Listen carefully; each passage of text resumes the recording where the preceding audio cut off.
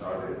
You see a young Asian guy or girl out there who is doing great things. That's what they do. They reach out. The black people, they want you to come in and kiss the ring. I said, I'm refusing to do that. So again, going out of that completely, and that's what I want. I was talking to Dr. Beeman yesterday. That's what I think the leaders in this organization like this, that's what I think they should do. Right? It shouldn't be young people that are struggling to try to reach out. You should be, hey, I see somebody out there who is struggling to do this. Let's reach out to them and not give videos. That's too unprogressive. That's too black people. I'm sorry to say that, but that is not progressive. That is not progressive at all. Right? So again, we should actually reach out instead of waiting for people to reach in and maybe kiss your ring, which I think is not progressive at all. So it has to be intentional, and please reach out, and please keep your mind open, okay? Keep your mind open, and don't think that people that don't look like you could not make it. So one of the books that I read, I was 14 years old, that I read this book in Camera. I have no idea why I was reading Dale Carnegie's book, How to Make Friends and Influence People. It shaped my life. So every single time I meet somebody that I've never met before, I am already thinking how I'm going to impress this person. It's just a given. Every single first step, because you miss that first step. I mean, I meet like my former dean, I'm a division chief, and he met me in a function like this, and I just like, you know what, this guy's new here. In 3 days, he sent an email, hey, we need to meet and talk, because I knew it. You plan it, you measure it, you want to come across intelligent without being arrogant. It's a calculated, intentional thing. But again, like I said, it depends on where you want to end up.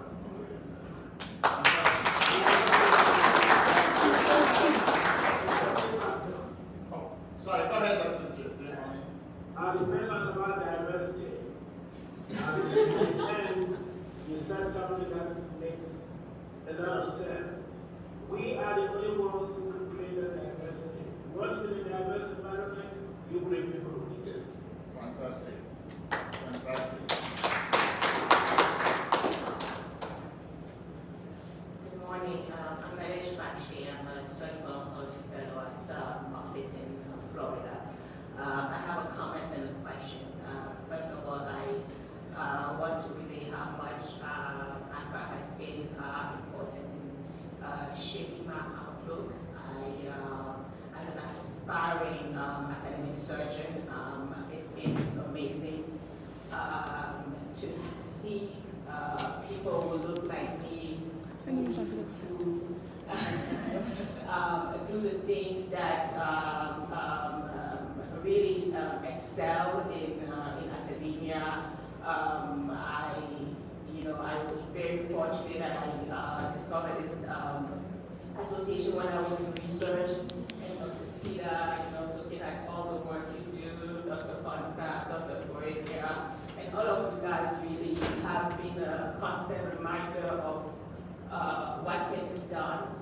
We always say that representation matters, but we can see it here because of you guys. I know that I can. My question is this: I'm finishing my first year of surgical oncology, and I will launch in the job search. How do I identify the right opportunity so I can try? How do I make sure that I'm successful on this path?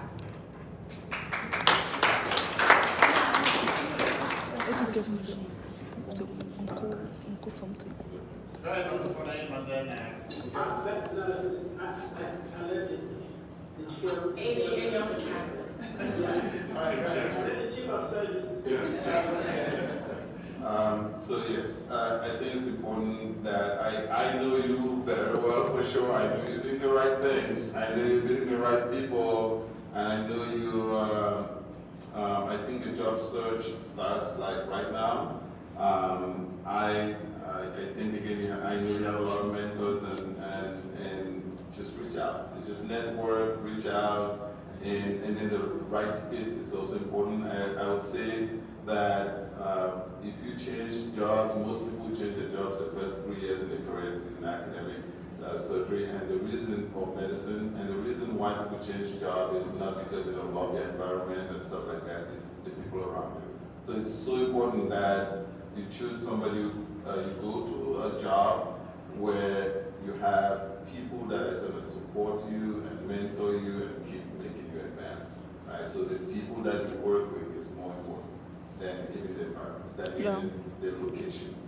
Yeah, just to add, I wouldn't have been at the University of Arizona if he wasn't there. Because when I got called, and I remember, oh, this guy, I thought I saw an interview about him being in Arizona. I called him and said, should I even come? He said, yeah, you should come there with people. And that's how I used to talk to people. You know, he talked to Dr. Tita, he's there at UAB, should I even come down there? And he'll tell you, because he's being honest. Say, you know what, yeah, I know those people in that division. It can be a little difficult. And you want to be honest. All right, I'm not very sure of your expectations. I'll bet you any time next week for just the other minutes. Fantastic. And I'm not kidding, I'm kidding. We're going to take one last question and then wrap up, okay? We'll be really brief because we have, you know, the president has been so gracious because this was such a wonderful panel to add an extra 40 plus minutes. So thank you, President. Good morning, everyone.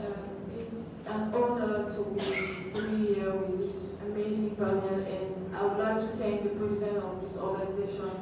My name is Loka Nanser, and I am an IMG, and I would like to apply for residency this year. It will be my first cycle.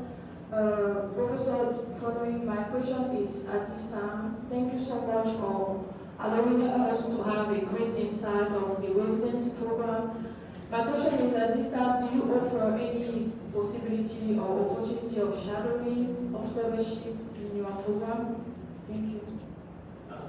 Before I get to that, have you done your exams yet? Excuse me? Have you done your exams yet? Yes, I did. I did my step 1, step 2 CPA and OET. All right, get in touch with me next week. Thank you, doctor. All right.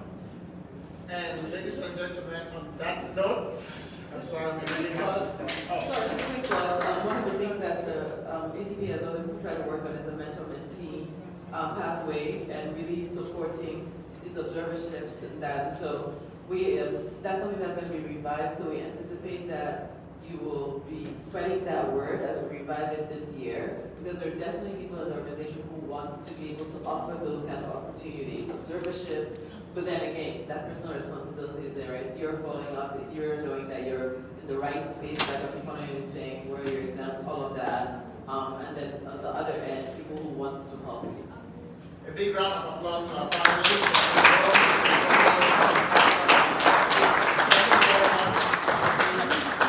Thank you so much, dear speakers. That was so riveting, and I think we all enjoyed it.